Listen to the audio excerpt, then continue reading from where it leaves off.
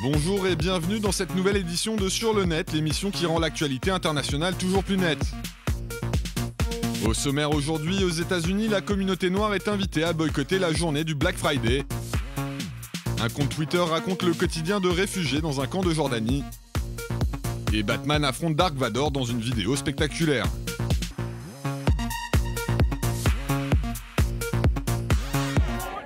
Si des milliers d'Américains ont choisi de descendre dans les rues des grandes villes du pays pour protester contre la décision du grand jury de ne pas inculper Darren Wilson, le policier blanc qui a abattu Michael Brown, un jeune noir non armé, le 9 août dernier à Ferguson dans le Missouri, certains semblent estimer que cette méthode ne suffit pas pour faire entendre leur colère.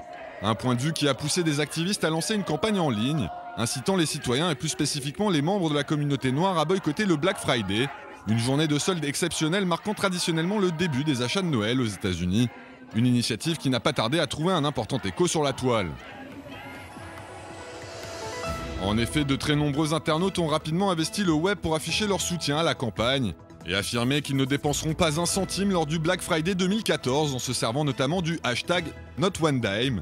Des utilisateurs des réseaux sociaux qui avancent qu'un boycott de cette fameuse journée est sans aucun doute le meilleur moyen de témoigner de leur indignation et de leur ras-le-bol face aux brutalités policières dans un pays où l'argent est roi.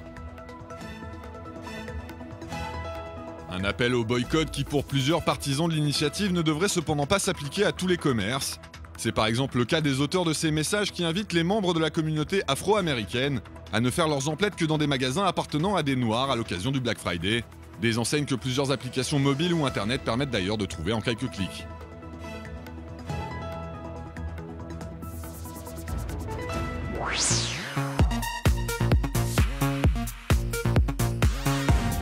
Alors que la guerre civile continue de faire rage en Syrie et en Irak, près de 3 millions de réfugiés ont fui les combats pour rejoindre les pays voisins, où des tentes ont été dressées pour accueillir les familles exilées. Le camp jordanien de Zaatari a lui décidé l'année dernière de créer un compte Twitter tenu par le travailleur humanitaire Nasreddin Touabia. Comme il le confie au site ISAN, son objectif est de raconter la vie quotidienne de cette ville improvisée qui compte plus de 80 000 habitants. Loin de se focaliser sur le terrible drame vécu par les déplacés, cette initiative met essentiellement l'accent sur les efforts qui sont faits pour que tous puissent vivre dans la normalité. Les enfants du camp ont ainsi accès à des activités variées comme le football, le ping-pong et peuvent même suivre des cours de taekwondo. Confrontés au manque récurrent de matériel et d'infrastructures, les réfugiés font également preuve d'inventivité, comme en témoignent ces clichés. Une débrouillardise qui leur a par exemple permis de mettre au point un système d'évacuation des eaux. Un éclairage positif qui n'empêche cependant pas d'évoquer l'importance du travail humanitaire dans le camp, en particulier à l'approche de l'hiver. Comme le rappelle le Haut Commissariat aux réfugiés, adapter des tentes à la baisse des températures est une opération coûteuse, qui pour être menée à bien nécessite encore près de 60 millions de dollars de dons.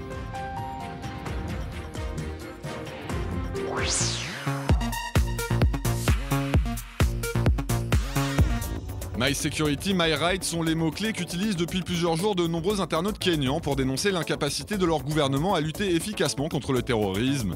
Un hashtag apparu sur les réseaux sociaux après l'attaque meurtrière menée sur un bus dans le nord-ouest du pays samedi 22 novembre par les Shebab, un groupe islamiste affilié à Al-Qaïda. Un incident qui a choqué une large partie des citoyens locaux qui déplorent le fait que les autorités ne soient pas en mesure d'assurer leur sécurité sur leur territoire.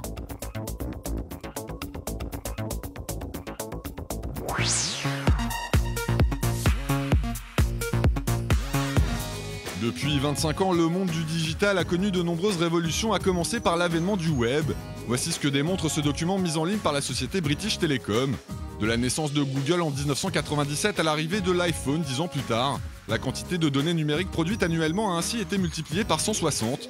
Une croissance impressionnante poussée par l'augmentation du nombre d'objets connectés comme les tablettes dont les ventes ont augmenté de 68% en 2013.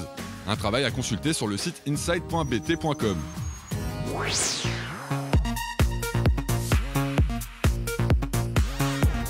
Alors qu'il s'en prenait à un homme qui avait sifflé sa petite amie dans une rue de San Francisco, Ben Schwartz a été poignardé à 9 reprises, l'agression occasionnant de graves blessures. Pour faire face au coût des soins prodigués par l'hôpital, sa compagne a lancé un appel aux dons sur le site de crowdfunding GoFundMe. Une initiative qui a ému la toile puisque les internautes ont versé plus de 30 000 $ en seulement 4 jours. Une générosité qui est allée droit au cœur du jeune couple.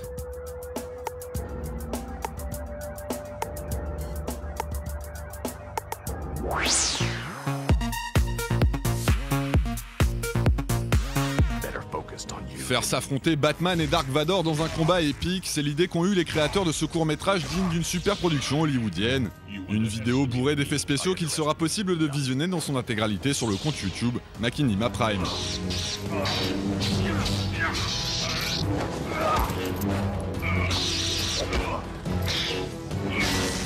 You cannot win.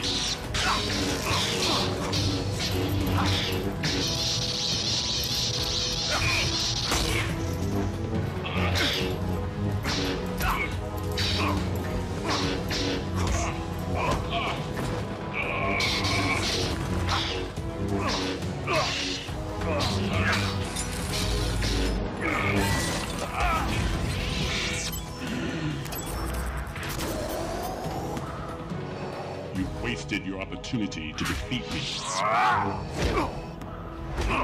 Now